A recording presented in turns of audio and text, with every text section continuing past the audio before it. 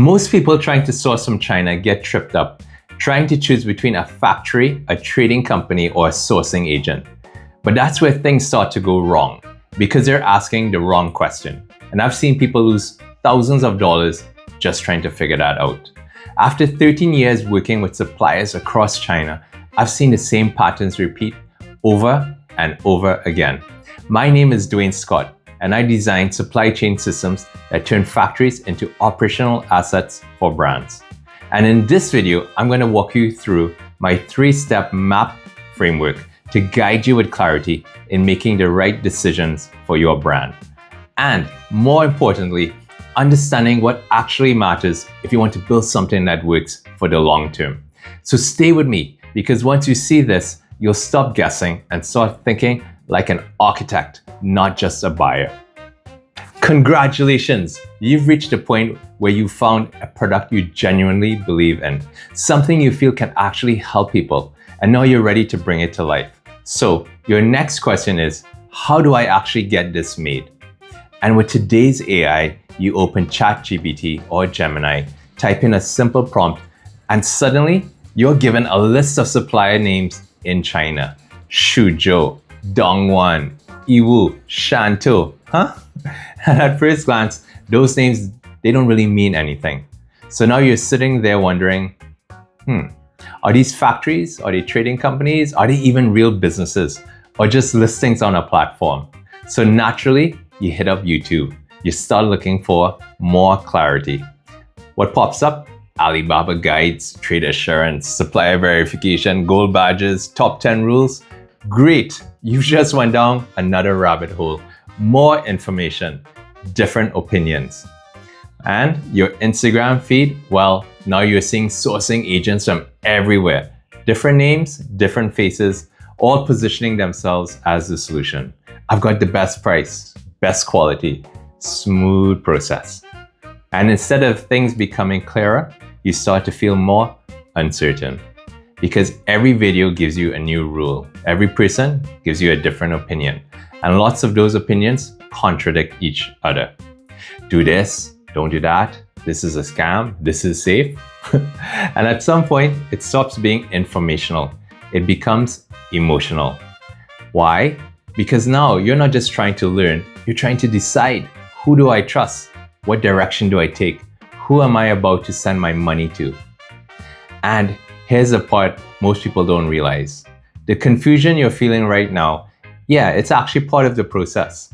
And if you felt that hesitation, that moment where you almost want to pause everything before even starting, well, I understand that. Because 13 years ago, I was in that same exact position. Same noise, same confusion, same uncertainty, just no AI. And what changed for me wasn't more information, it was a shift in how I looked at the entire process. And once that shift happens, the whole landscape starts to look extremely different. So today, instead of giving you another opinion to add to the noise, I want to give you something more grounded, something I learned along the way, and a way to think about this with clarity. It's my 3-step framework. I call it the MAP, Mindset, Approach, Pivot. Because in this space, you don't really need more searches. You just need a better map. All right, let's talk about mindset. The first thing you need to understand is this. China is not a single market. It's not something you can navigate with a quick search and find one good supplier. It's a massive layered ecosystem.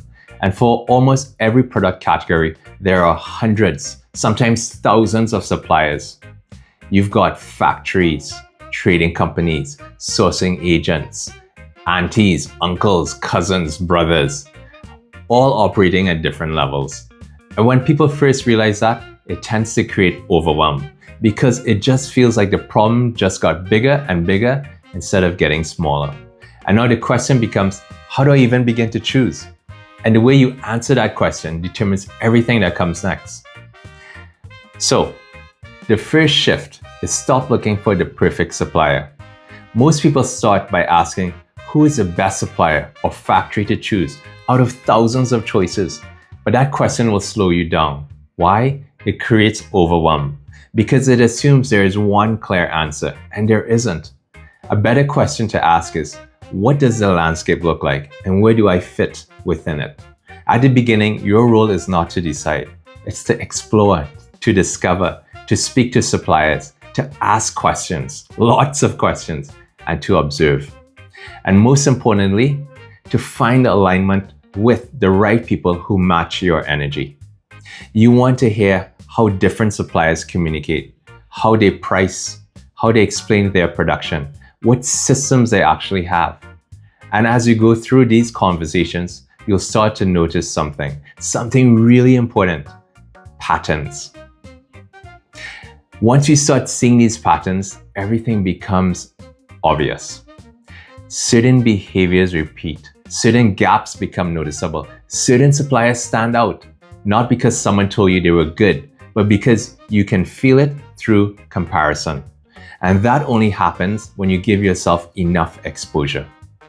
Hey guys, program interruption. I hope you enjoyed the video so far. I just want to let you know that I'm going to be in China this May 1st to May 5th, 2026 for the Spring Canton Fair. So if you plan to be in Guangzhou, then hit me up.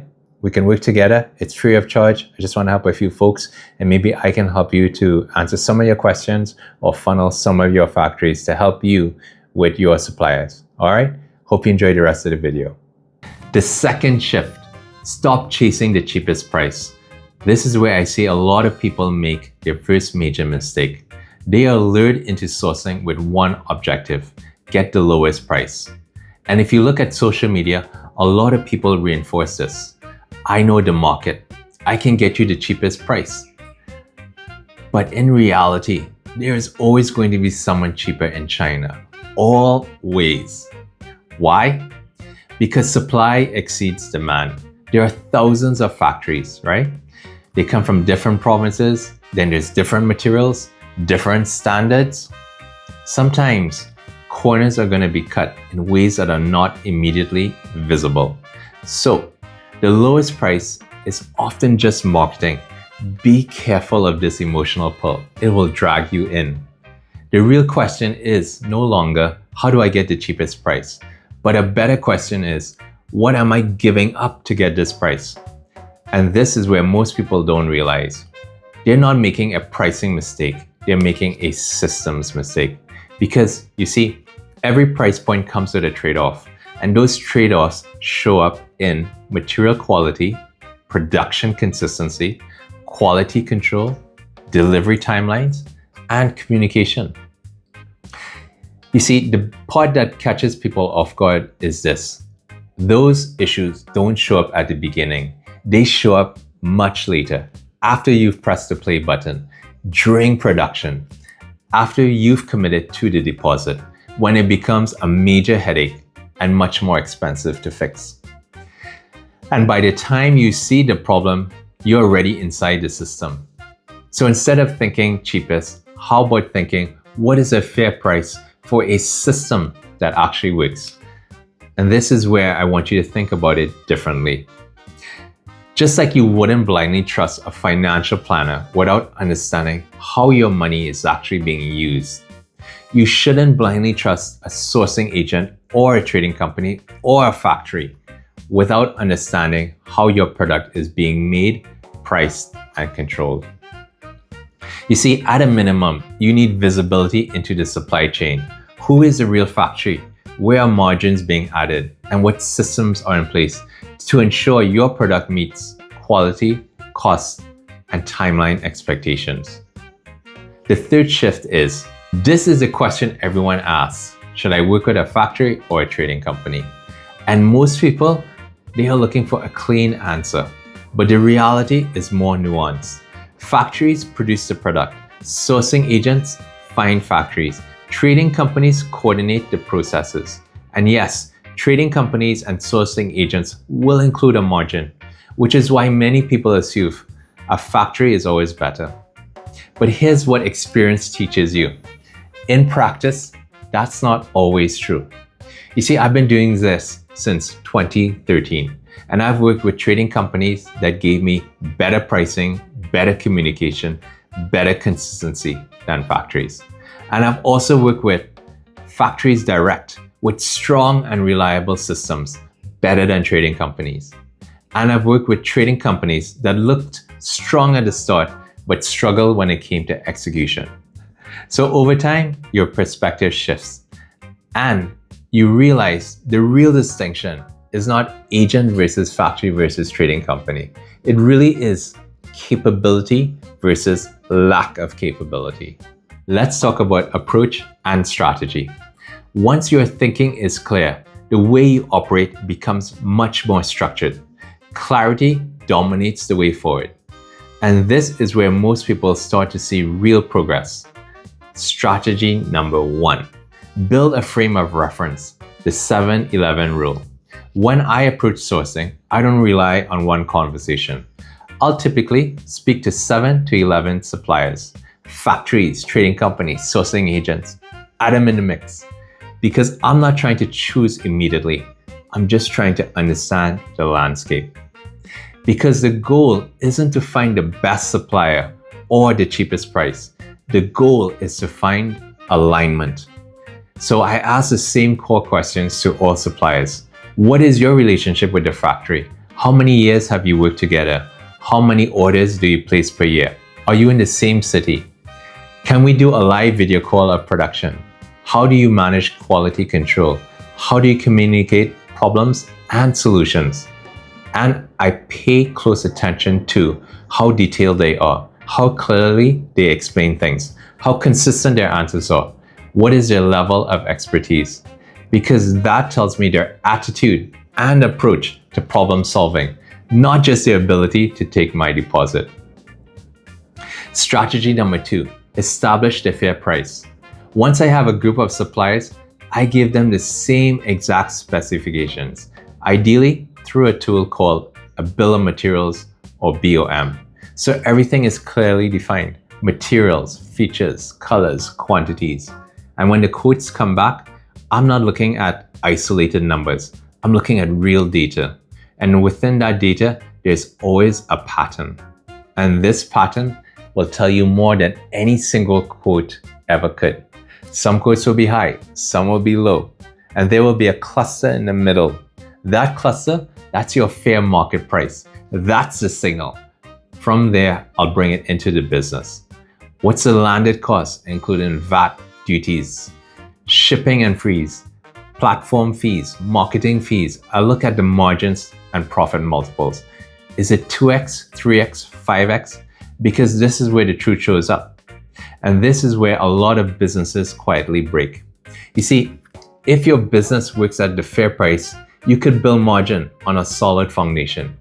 If it only works at the cheapest price, you could be building something fragile because you have no cushion. Strategy number 3, know who the asset is. Over time, I stopped thinking in terms of transactions and started thinking in terms of assets. Because your supplier is not just fulfilling an order, they are part of your system. And this next question changes how you see everything. The most important question becomes, do you know who actually owns the factory? In Chinese, they call it the Lao Ban, the big boss. Because long-term value comes from direct relationships and trust with the Lao Ban. If you're working through a trading company or a sourcing agent, you need to ask them, will they introduce you to the factory? But most importantly, do you have direct access to the Lao Ban? Because if you don't know where the asset sits, you could be creating risk. And more importantly, you're limiting how far that relationship can grow and scale. Remember, the decision maker is always the Lao Ban, the big boss. Let's talk about P, progress and pivot. Over time, sourcing stops being about finding suppliers and starts becoming about building systems. And one thing becomes very clear, the real value of a supplier shows up when something goes wrong. And at some point, something always goes wrong. A delay, a defect, a breakdown in communication, global events, a pandemic. That's where real capability shows up. I could probably explain it best if I share a personal story with you. It was December the 20th, 2024. We had an order at risk. The delivery date was January 5th, 2025. 4,000 units. The order was about 50% complete. That's 2,000 units to finish in 14 days. Insane. I was stressed, had lack of sleep, and the supplier couldn't give me a clear path forward. Communication, it started to drop. And I was in Canada at this time. It was Christmas. Instead of being present with family, I was dealing with a situation that could have seriously impacted my client's brand and their business. So this is where most people lose control of the situation. At that point, I reached out to the Lao Ban from one of our long-term partners. I had no order with them, no contract, but they heard my situation and they offered to help. They sent their own team of QC people 2 hours away to assess the situation. No charge, just support. Dividends from a long-term relationship with the Lao Ban. From that, we built a solution and got things back on track. But here's the key, right? That doesn't happen from a transactional relationship. That comes from something that's built over time. Hey guys, program interruption. I hope you enjoyed the video so far. I just want to let you know that I'm going to be in China this May 1st to May 5th, 2026 for the Spring Canton Fair. So if you plan to be in Guangzhou, then hit me up. We can work together. It's free of charge. I just want to help a few folks, and maybe I can help you to answer some of your questions or funnel some of your factories to help you with your suppliers. All right. Hope you enjoy the rest of the video. So when you ask, should I work with a factory or a trading company? I hear you. I understand the question, but it's not the one that matters the most, because both can work and both can fail. What actually matters is what kind of system are you entering? Because you're not just choosing a supplier, you're choosing their process, their standards, their communication, their ability to respond when things go wrong, and most importantly, their attitude. If your focus is really on getting the cheapest price, you'll likely run into problems regardless of who you choose. But if you shift your focus toward fair pricing, strong systems, long-term alignment, you naturally start filtering for better partners, and the process becomes clearer. You stop second-guessing every step because you're no longer reacting to noise. You're operating with structure. And just like you wouldn't blindly trust someone to manage your money without understanding how it's being used, you shouldn't blindly trust your supply chain without understanding who is behind the system. And that's the real shift from trying to source a product to actually architecting a supply chain and choosing your best partner. Because at the end of the day, the real asset behind your brand is not just what you sell, it's a system and relationships that allow you to deliver it consistently over time. Now, if you enjoyed this video, check out the 5 biggest mistakes on importing from China up here. And we got another good video about how to find the perfect size factory. I call it the Goldilocks factory up here.